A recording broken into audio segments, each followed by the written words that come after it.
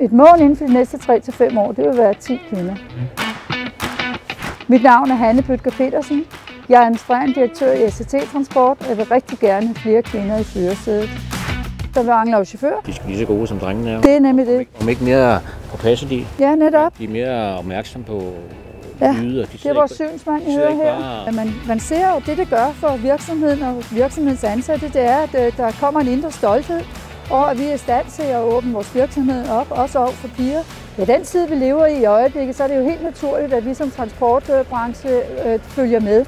Og det gør vi selvfølgelig helt naturligt ved at ansætte kvinder på de pladser, der nu er relevante. Det vil være på kontorerne, det vil være på chaufførposterne, og det er bare det, vi skal. Og har man ikke nogen kvinder, så er målet 1.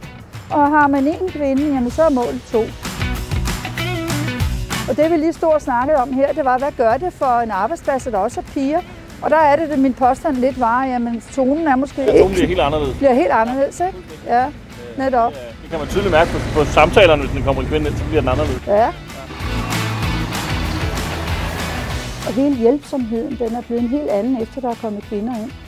Når vores piger de spørger mændene efter hjælp, jamen så får de hjælp. Mange mænd spørger ikke hinanden, fordi det er ikke kulturelt, så er man bare ikke dygtig nok til sit job.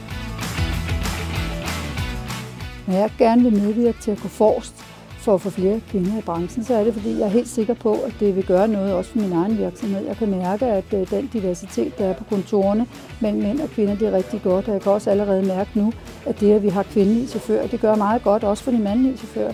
Vi har en problematik i samfundet med for få chauffører, så det er helt klart, at vi som stor virksomhed, vi skal gøre vores til at ændre på det forhold.